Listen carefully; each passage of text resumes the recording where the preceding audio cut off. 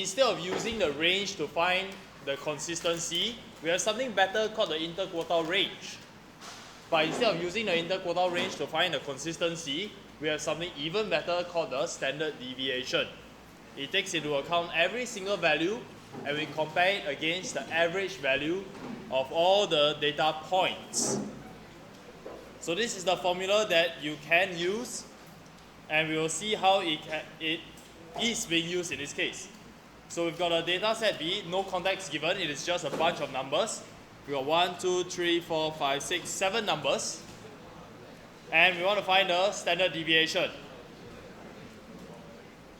So first step, we need to find the mean.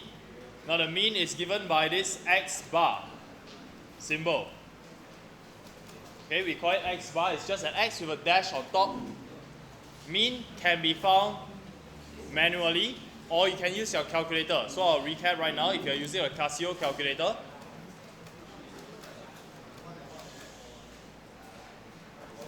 The first number over here, we've got 8. What is 8 minus 18? It is negative 10. But then we square it. Then we get 100. This gives us a value of 100. Next, the second value, 14. We are going to compare it with the mean. The mean was 18. So 14 minus 18, and we square it. And we keep doing everything. We see that the sum is actually 250. So we find the average. 250 divided by 7 of these elements, and we square root it to get an answer 5.98. How do we check using our calculator? Shift 1. Then we press 4 for the variance. And what do you think we select over here for the standard deviation? 3. Remember, it is this symbol, 3. And straight away we get answer 5.976. So you have to correct it to 3SF. Get it? Your turn to try. We'll just try one example.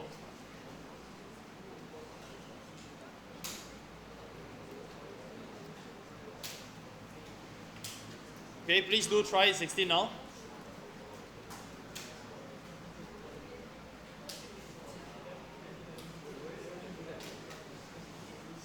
Only need you to do part 1. Okay, so Matthew has already helped us calculate the standard deviation for set D, 6.84. Now to answer part B, compare the spread of C and D using standard deviation. So what will you write? Okay, so we have to compare the standard deviation. The smaller it is, the more consistent. Okay.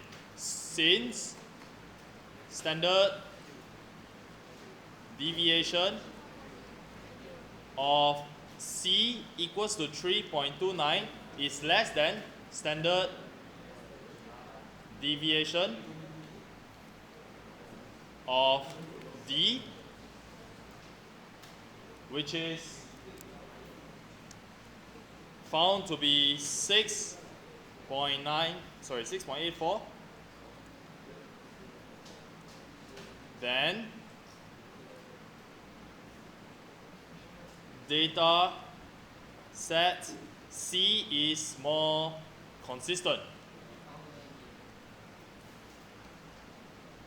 So this is a standard way of explaining, of comparing two sets of data. So when you're asked to compare consistency, go with standard deviation. If you don't have standard deviation, go with interquartile range. Don't have interquartile range, worst case, use the range. So here we need to understand some of the notations first. For example, when we have the mean, it is the same as x bar, and we say that to calculate the mean, we are actually adding everything up and we divide by the total number. So this symbol over here, as mentioned, it is known as summation. It is a sum of all the x values divided by the capital N over here is the number of values. Okay? In other words, our standard deviation can be written like this. on the whiteboard, that is the first version that you can have. The second version, which is equivalent,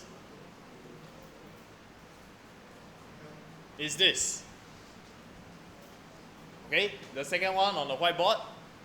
Let's see whether we understand what this means. The second version says that the standard deviation again is the square root of summation of x squared. That means for every single x value, I am going to square it. So for example, if my data set shows set A 1, 3, 5, 7, then I'm going to square the 1. I'm going to square the 3, square the 5, square the 7. I'm going to add them all up, sum of the squares. Then I divide by n, minus away summation x over n, and I square it again. Okay, this is the version that we are using in the textbook. In your formula list for O levels, they don't give you this. Instead, they give you this. The third version is written on the board. The second version and the third version are referring to the same thing. Okay? So then what exactly is the difference? In your textbook, they say that you're supposed to add up all the squares of the x values. But sometimes the x values could be repeated. For example, 7 and 7. Okay, so instead of summation x squared equals to 1 square plus 3 square plus 5 square plus 7 square plus 7 square, we now have summation x squared is the same as 1 square plus 3 square plus 5 square plus, here we have f. F is the frequency. How many times did 7 appear? 2 times. So we have 2 times of 7 squared. Get it? So these two are equivalent. The third version is especially useful if repeated numbers keep appearing. So you don't have to write 7 squared plus 7 squared plus 7 squared plus 7 squared. You can just write 4 times of 7 squared. Okay? Regardless, the calculation is all the same. And over here, we've got this part, summation x over n. Isn't that the same as our mean? You add everything up, you divide by n. Isn't that the formula for mean? Yeah, it is. So similarly, if we look at the third version, we are doing the same thing. If it is a case of 1, 3, 5, 7, 7, then summation fx is summation of fx is equal to 1 plus 3 plus 5 plus 2 times of 7. Okay, fx. Now, well, in this case, all of this, they have frequency 1. So I didn't bother writing 1 times 3, 1 times 5. Don't bother. Okay, so with this, let us use some examples to see how we can use our calculator. Okay, you can ignore the solution in your textbook, you can just strike it out. I'll show you how to use a calculator because from here on, you do not have to work everything out so tediously. Okay? So find the mean of these values. Let's practice keying them to our calculator again. Mode 2, 1. Again, since the values over here are all different, doesn't matter whether you have the frequency column or not. 3, 4, 6, 8, 12. AC, shift 1.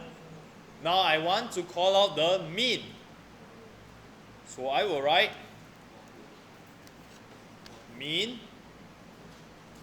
This is my presentation. Mean is equal to summation fx over summation f.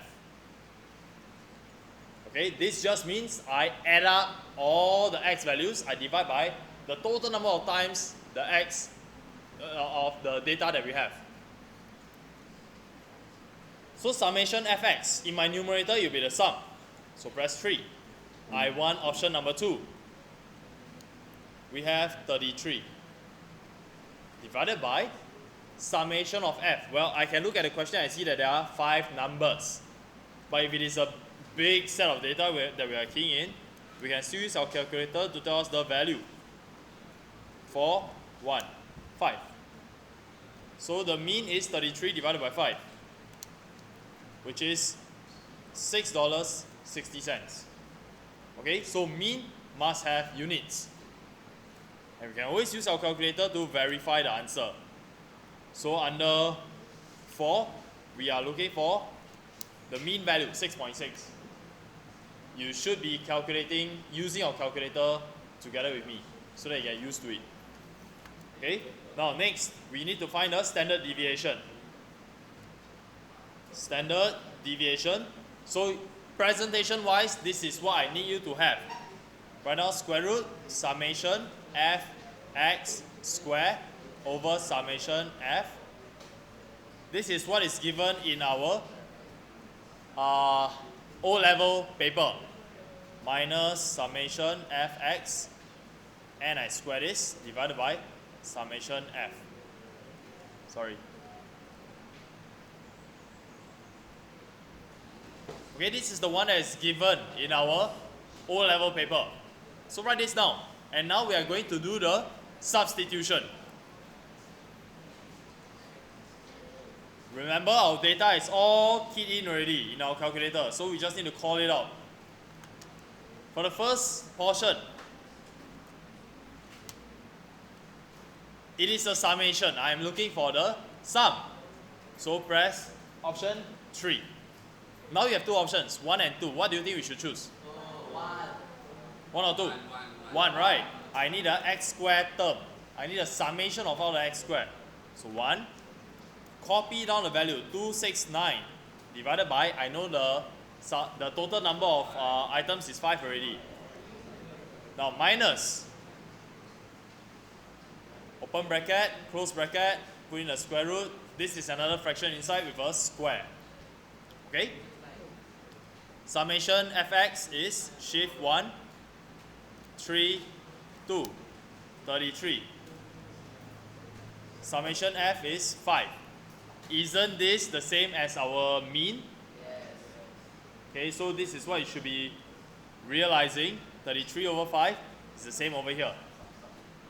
Okay, now, do you expect 33 over 5 square to be greater than or less than 269 over 5?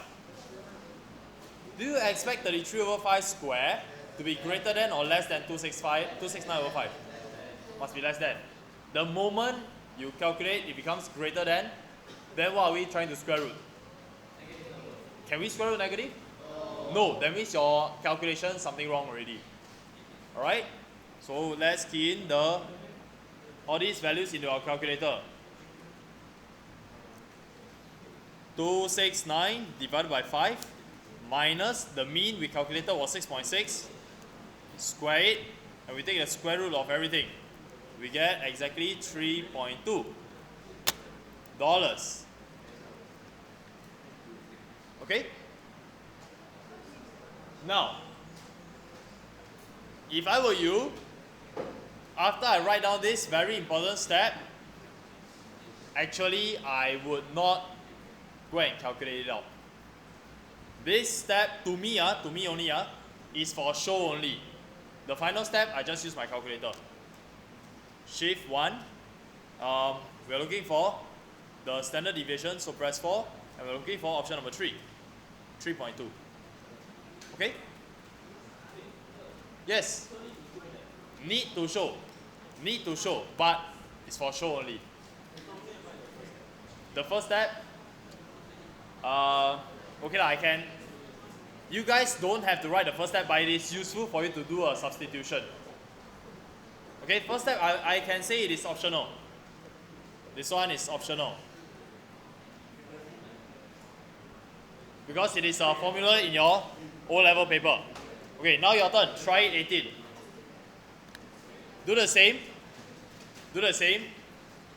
Over here, I will highlight what is essential. Yeah? Highlighted in green are the ones that are essential.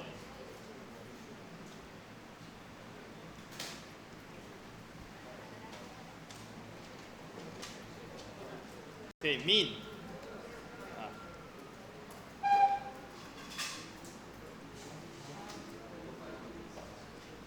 So we have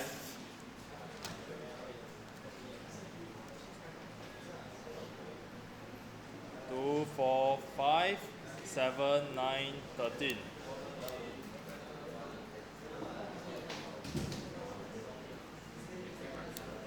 $40 over 2, 3, 4, 5, 6. 6.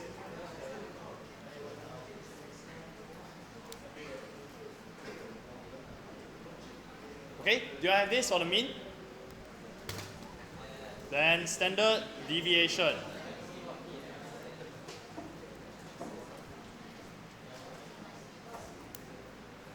Three, 4, 4 over 6 minus 40 over 6, and I square it. So I just copy down the mean and I square it.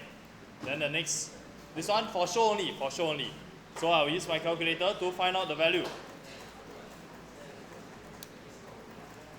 3.5901, round it off, 3SF, 3.59 cm. Okay? Do you all need to do more examples? Or good enough already, right? Enough already. Okay, now class. Our next part is to figure out some interesting aspects of the mean and standard deviation using this example number 19. So the years, the age, okay, of 8 stuff are as shown. Varying age. Find the mean and standard deviation of the stuff. Okay, this one all can do. Then after that, find the mean and standard deviation of the ages of this stuff after 3 years, without doing any calculation. What do you think is the comparison between the mean from now and 3 years later? So suppose the mean today, the mean age is, what do they have? 32.375. 3 years later, what do you think is the mean age? Will it stay the same? Will it increase? Of course it will increase, but increase by how much? 3. Okay, does it make sense to you? So all of you are 16 this year. Maybe some of you this year, 16. Either 16 or maybe 17. And in 1 year's time, your average age will all plus 1. If you are talking about the same students, in 10 years' time, the same group of you, your average age will plus 10. Okay? And according to the working calculation, we expect it to be 35.375. Okay, over here. So you see that it is 35.375. It did increase by 3 years. But what about the standard deviation? So earlier on, the standard deviation is, no, next page.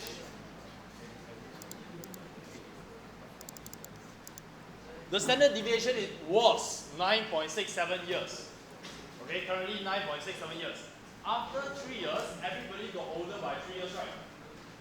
But the standard deviation remains at 9.67. The spread didn't change. Get it?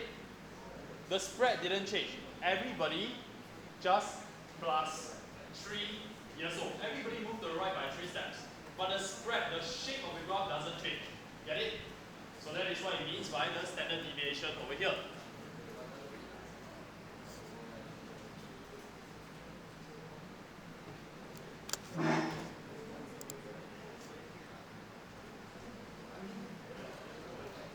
Okay, we're going to skip all this because it's the same thing. Okay, move on to page 72, please.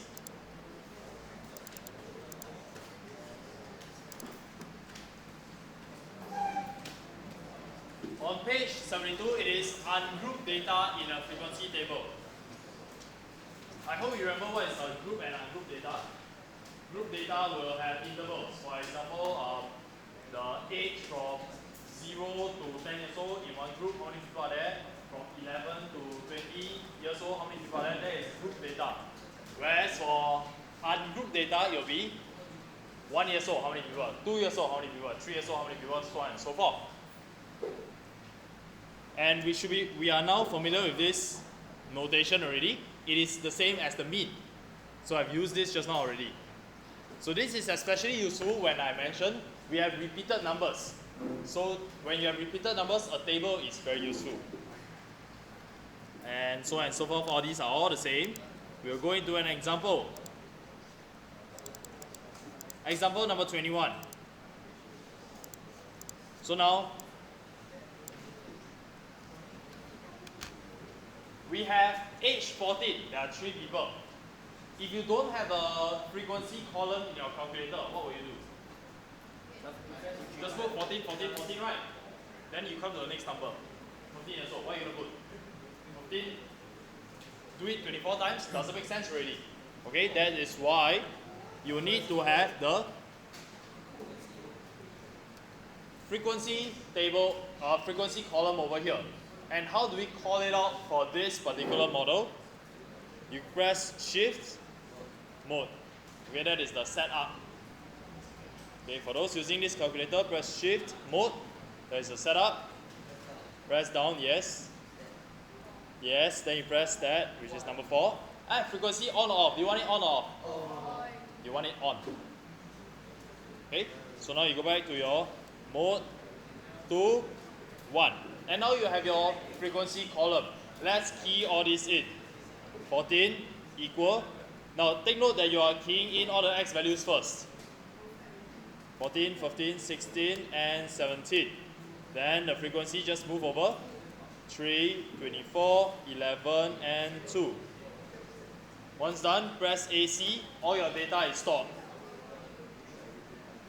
How many students are there? From the question? 40 students.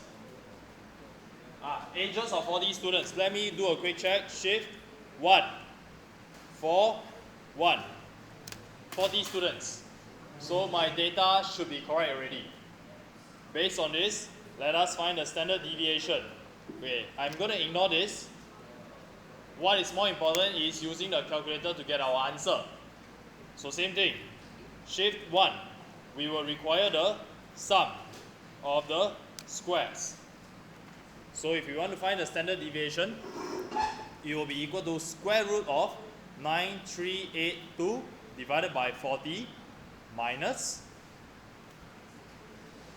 Shift 1, 3, 2. 612 over 40 and I square it. Okay, then our answer should be 0.67823.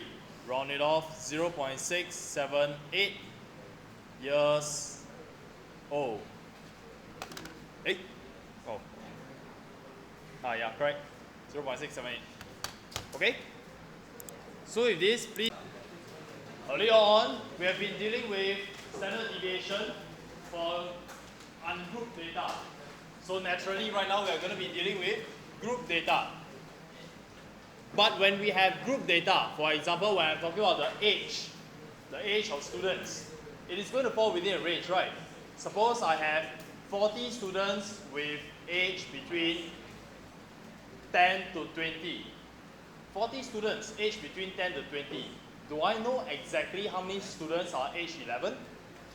No, I don't. It is all lumped together already. So when you are faced with that kind of situation, how are you going to use statistics to help us get some, to analyze things? So the best thing that we can do is to only get an estimate. Because all the information is lumped together already, I cannot have the individual data anymore. I cannot get an accurate mean. I cannot get an accurate standard deviation. We only can have an estimate. But how are we going to estimate if everything is lumped together? So let's take a look at this example number 23. So here we have the masses of some boys. Some boys of a mass greater than 40, less than or equal to 45, so on and so forth.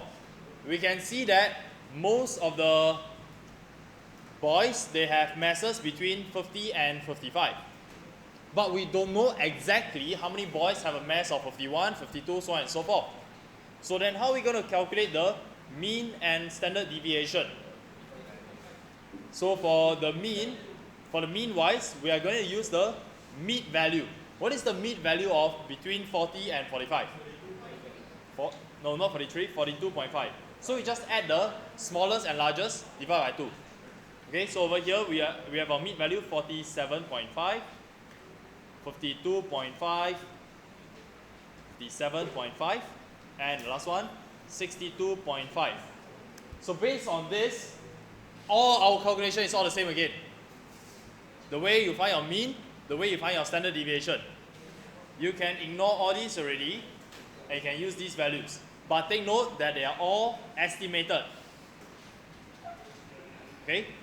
And they will often ask you, why are these values estimated? Then you must be able to explain. Because we do not know the exact values. That's why they are estimated.